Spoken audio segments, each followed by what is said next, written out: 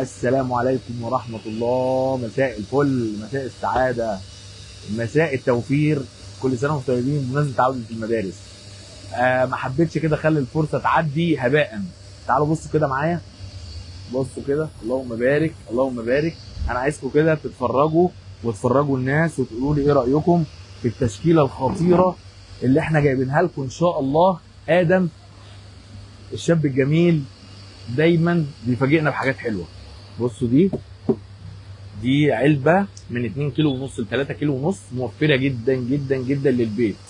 بصوا تاني اللي بعدها حاجة تانية كده، دي قريش برضو، بس دي قريش بالشطة ودي قريش بالايه؟ بحبة البركة والفلفل برضو. تمام. بصوا بقى الشغل العالي للناس اللي كانت عايزة تعمل بيتزا. الناس اللي كانت عمالة تسألني وتقول لي يا حميد انا مش عارف افتح، خد يا ادم افتح لي دي. مساء الفل يا ادم، عامل ايه؟ سلم على الناس، منورين الدنيا. بص ادم جايب لكم ايه؟ بصوا جايب لكم فواكه اهو، بسم الله ما شاء الله اللهم بارك. الفيديو ده فيديو استثنائي، او اللايف ده لايف استثنائي، مش هتلاقوا الكلام ده بسهوله عند حد، مش هتلاقي حد كده يقعد يفتح لك الحاجه ويفرجك عليها.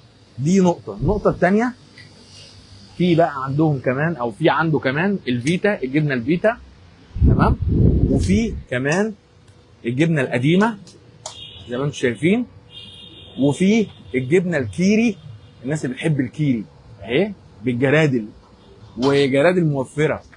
واخيرا وليس اخرا الطارق دي الاصليه. بصوا كده هنا مكتوب ايه؟ احذروا التقليد. تضرب الباركود هنا تطلع لك على طول الاسعار. عامل ايه يا ريس؟ الحمد لله. اخبارك ايه؟ الحمد لله كله تمام؟ الحمد لله بخير والله. ادم فاجئني، انا كنت جاي اشتري منه حاجه فاجئني. تعالوا كده افرجكم عنده ايه كمان. تعالوا افرج الناس كده. استنى انا قفلت مكنه طحين. مكنه الطحينه اهي شغاله. خش. تعال. بسم الله الرحمن الرحيم. انت فصلتها؟ بصوا كده، بسم الله ما شاء الله اللهم بارك. تعال بص كده، فرج الناس هنا فوق. بص ده ايه ده؟ السمسم النظيف المحترم ذو الجوده العاليه. بصوا كده، تعالى قرب. ادي السمسم اهو المتحمص عشان يطلع لك المنظر ده في الاخر. الطحينه التقيله اللي انت شايفها دي، ده باختصار ادم. اي حاجه من عنده بنعرفها بنقول عليها حاجه مظبوطه. اقسم بالله انا لما باكل الحاجه اللي من عنده، سواء الطحينه، العسل، في حاجات كتير بقى عنده قوي ما شاء الله. بصوا الكلام ده، بصوا هنا ده العسل اللي بالمكسرات. نسيب بقى المايك لادم ويلا الناس تجمع تصلي